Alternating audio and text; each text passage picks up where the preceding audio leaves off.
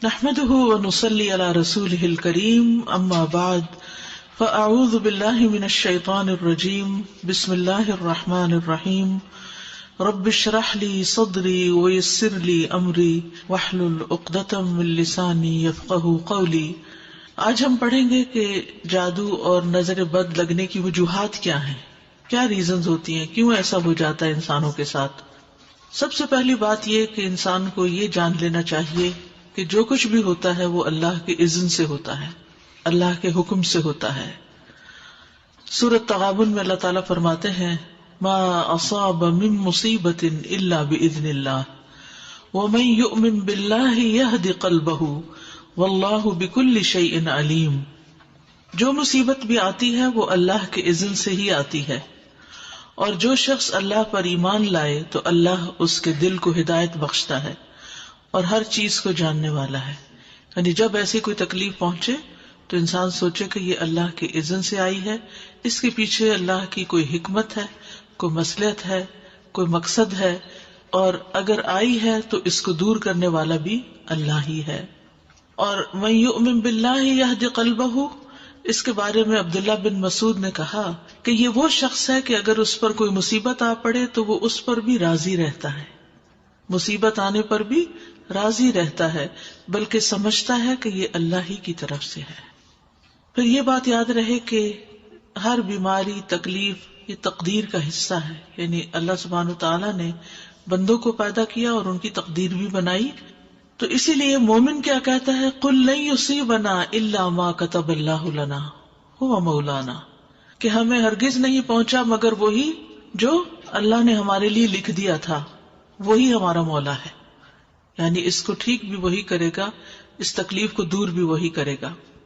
پھر اسی طرح اللہ کا اذن کیوں ہوتا ہے، اس کی وجوہات کیا ہوتی ہیں، وہ تو اللہ ہی بہتر جانتا ہے، لیکن جو وجوہات ہمیں قرآن و سنت سے پتہ چلتی ہیں ان میں سے ایک وجہ یہ ہے کہ جب انسان اپنے اذکار میں، تلاوت میں، دعاؤں میں، تعوذات میں کمی کرتا ہے تو شیطان کو اٹیک کا موقع مل جاتا ہے۔ جیسے سمپل سا فارمولا ہے، آپ کو سردی کیوں لگ جاتی ہے؟ کیونکہ آپ نے پراپر کلودنگ نہیں کی ہوتی، آپ نے پراپر اپنے آپ کو ڈریس اپ نہیں کیا ہوتا، تو وہ پھر آپ کے اوپر اٹیک ہو جاتا ہے۔ اسی طرح بہت ساری چیزیں جو اسباب کی، یہ دنیا اسباب کی ہے، تو وہ اسباب کیا ہیں کہ جس کی وجہ سے کوئی مسئلہ پیش آ جاتا ہے، وہ ہم سب جانتے ہیں کہ اللہ سبحانہ تعالیٰ نے جتنی چیزیں دنیا میں بنائی ہیں ان سب کا کوئی نہ کوئی ایفیکٹ بھی ہے، ان کے اندر اثرات بھی ڈالے ہیں، تو وہ مخصوص اثرات ہوتے ہیں جو انسان کے اوپر عامل ہوتے ہیں۔ ابن القیم کہتے ہیں کہ نظر بد ایک قسم کے تیر ہوتے ہیں جو محسود کی طرف حاسد اور عین یعنی نظر لگانے والے کے نفس سے نکلتے ہیں، کبھی تو وہ ان کا نشانہ بن جاتا ہے، کبھی وہ خطا ہو جاتے ہیں، یعنی تیر ادھر ادھر ہو جاتے ہیں، اس بندے کو نہیں لگتے۔ پھر اگر یہ تیر اس کو ننگا پاتے ہیں تو اس پر کوئی بچاؤ کا سامان نہیں، یعنی اگر عبادات وغیرہ کی زرہ اس نے نہیں پہنی ہوئی تو اس پہ لگ جاتے ہیں، اور یہ کہ وہ صبح شام کے اذکار کی حفاظت کرنے والا نہیں۔ تو جو شخص صبح شام کے اذکار کی حفاظت کرے وہ اللہ کی پروٹیکشن میں ہوتا ہے، اور اس نے اپنے اوپر حفاظت کا لباس پہنا ہوا ہوتا ہے کہ کوئی تیر آئے بھی تو وہ بسم ہو جاتے ہیں، ختم ہو جاتے ہیں، اس کو نقصان نہیں دیتے۔ اسی طرح ایک اور وجہ یہ ہے کہ کوئی بھی مصیبت انسان پر امتحان اور آزمائش کے لیے آتی ہے، انسان کو دیکھنے کے لیے کہ وہ کرتا کیا ہے۔ اور پھر جادو اور نظر بد کی علامات کیا ہیں، کہاں سے پتہ چلے گا کہ یہ جادو ہے یا نظر بد ہے؟ تو قرآن و سنت کی روشنی میں ہم دیکھتے ہیں کہ مریض کے اوپر کس قسم کے اثرات ہوتے ہیں اور کیا علامات ہوتی ہیں۔ مثلاً جب انسان پر جادو ہوتا ہے یا اس کو نظر لگتی ہے تو وہ دیوانوں جیسی حرکتیں کرنے لگتا ہے، یعنی اچانک اس کے مزاج میں تبدیلی آ جاتی، یعنی ایک اچھا بھلا چنگا بھلا انسان، بھلا مانس گالی گلوچ پہ اتر آتا ہے، تو یہ دیوانگی ہے نا، پاگل پن ہے۔ ابو ذر رضی اللہ عنہ نبی صلی اللہ علیہ وسلم سے روایت کرتے ہیں کہ بے شک نظر بد آدمی کو اللہ کے حکم سے دیوانہ کر دیتی، یعنی اس میں پاگل پن کے سے دوڑے پڑنے لگتے ہیں، مثلا چیخو پکار کرنے لگتا ہے، یا اور اسی طرح کی کچھ حرکات اس سے سردرد ہونے لگتی ہیں جو عام نارمل حالات میں نہیں ہوا کرتی، یعنی ویسے وہ انسان بالکل صحیح بہیو کرتا ہے۔ آپ نے دیکھا ہوگا کہ بعض لوگ اچھے بھلے بہت با اخلاق، با حیا، بہت اچھی شخصیت کے مالک ہوتے ہیں کہ یکایک ان کے اندر ایسی کیفیات پیدا ہو جاتی ہیں کہ جو ان کی ساری عقل چھین لیتی ہیں۔ پھر اسی طرح شدید بیماری کا اچانک شکار ہو جانا۔ عبداللہ بن عامر کہتے ہیں کہ عامر بن ربیعہ اور سہل بن حنیف دونوں غسل کرنے کے ارادے سے نکلے۔ وہ کوئی اوٹ تلاش کر رہے تھے کہ نہا سکیں۔ سہل نے اپنے اوپر سے اون کا جبہ اتارا۔ عامر کہتے ہیں جب میں نے اسے دیکھا تو اسے میری نظر لگ گئی۔ وہ پانی میں اتر کر نہانے لگ گیا۔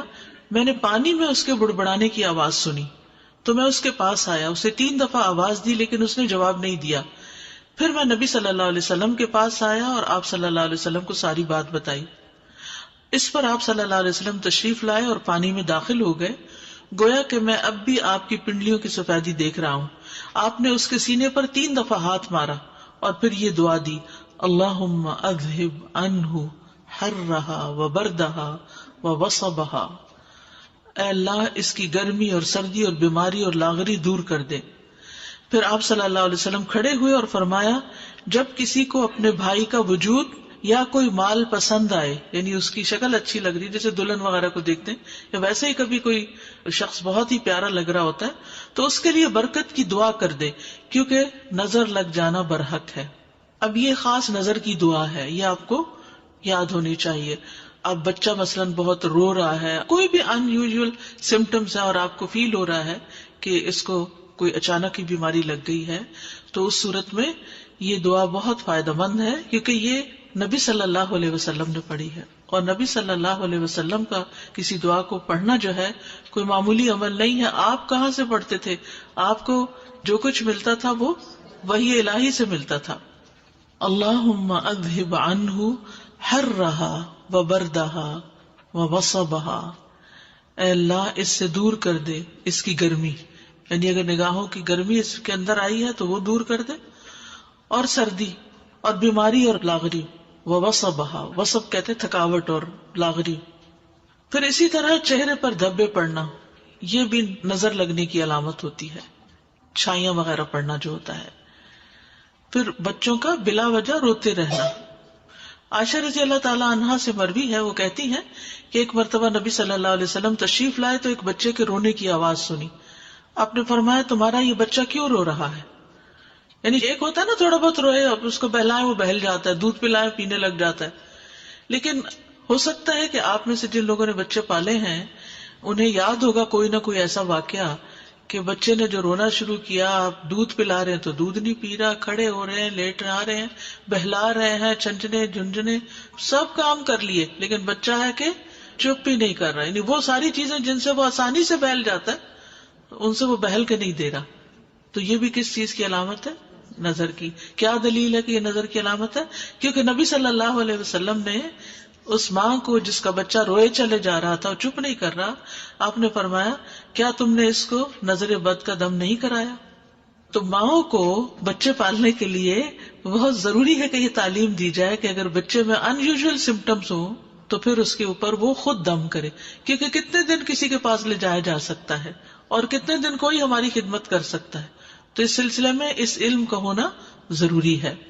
کسی کے بار بار بھی لگتی رہتی ہے، کیونکہ بعض اوقات ہوتا ہے ماں ہی کی لگ جاتی ہے، ماں ہی کو پیار بڑا آ جاتا ہے اپنے بچے پر، ہوتا ہے نا بعض اوقات دل کلکاریاں سے لینے لگتا ہے، تو وہ جو اندر ایک جوش جذبہ یا ایک جذبات پیدا ہوتے ہیں وہ بعض اوقات نکل کے پھر دوسرے کے اوپر جا کے پڑتے ہیں، تو وہ کمزور بچے کے اوپر اثر ہو جاتا ہے اس کا۔ تو پھر جب ماں کو ذرا سا بھی محسوس ہو کہ ایسا کچھ ہوا ہے، فوراً خود ہی دعا پڑے۔ اسی طرح بچے کمزور ہو جاتے ہیں، سوکھے کا مرض آپ نے سنا ہوگا، سب کچھ کھاتے پیتے ہیں لیکن ان کی جان نہیں بنتی، کمزور ہی کمزور ہوتے ہیں۔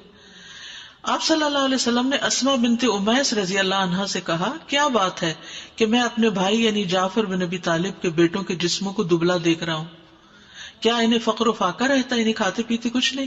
انہوں نے عرض کیا نہیں، بلکہ انہیں نظر بد بہت جلد لگ جاتی ہے۔ آپ صلی اللہ علیہ وسلم نے فرمایا انہیں دم کرو۔ انہوں نے آپ کے سامنے چند کلمات پیش کیے تو آپ نے فرمایا انہیں دم کرو، یعنی انہوں نے دم کے کلمات کچھ بتائے۔ تو اس میں آپ دیکھیے کہ ایک تو مسنون دم ہے ہی، لیکن بعض اوقات کوئی شخص آپ کو کوئی آیت بتا دیتا ہے کہ یہ پڑھ کے دم کرو، یا کوئی اور اس طرح کے الفاظ بتا دیتا ہے، تو ہمیشہ یہ چیک کرے کہ اگر ان کے اندر کوئی شرکیہ بات نہیں تو وہ بھی پڑھ کے دم کیا جا سکتا ہے، ایز لانگ ایز اللہ سبحانہ و تعالیٰ کو پکارا جا رہا ہے، اللہ کا ذکر کیا جا رہا ہے اور اس میں کوئی اس طرح کی چیز نہیں، تو کوئی حرج کی بات نہیں۔ اسی طرح اوپر سے گر جانا، پھسلنا، یعنی اچانک ہی کوئی گر گیا، ہم کہتے ٹرپ کر گیا یا کسی اونچائی سے گر گیا۔ رسول اللہ صلی اللہ علیہ وسلم نے فرمایا، بے شک نظر بد آدمی کو اللہ کے حکم سے دیوانہ کر دیتی ہے، حتیٰ کہ بعض اوقات ایسا ہوتا ہے کہ وہ اونچی جگہ پر چڑھتا ہے اور پھر وہاں سے گر پڑتا ہے۔ ابن عباس رضی اللہ عنہ سے مروی ہے کہ نبی صلی اللہ علیہ وسلم نے فرمایا، نظر کا لگ جانا برحق ہے اور یہ اوپر چڑھنے والے کو پسلا دیتی ہے۔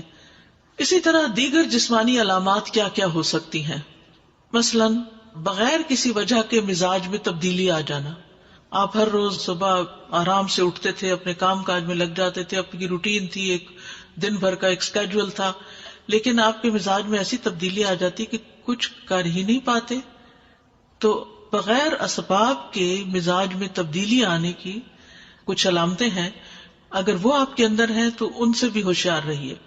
مثلاً سستی، گھبراہٹ، خاموشی اور تنہائی کی عادت، کہ لوگوں کو نہ فیس کر سکنا، کہ کسی سے مل نہیں سکتے، یعنی پیپل فوبیا، یعنی کوئی بھی سامنے آ جائے تو گھبراہٹ شروع ہو جائے کہ کب میری جان اس سے چھوٹے اور میں اپنے کمفرٹ زون کے اندر جا کے اپنی دنیا میں خوش رہوں۔ پھر ذہنی انتشار، یعنی کسی چیز پہ ذہن کا فوکس نہ ہونا، یعنی آپ پڑھنے بیٹھے ہیں تو آپ لائنیں ادھر کی ادھر ہو جاتی ہیں، کچھ سمجھ ہی نہیں آتی کہ کیا پڑھا کیا نہیں پڑھا۔ بے چینی کی کیفیت، لیکن جگہ بدلتے ہی افاقہ ہونا۔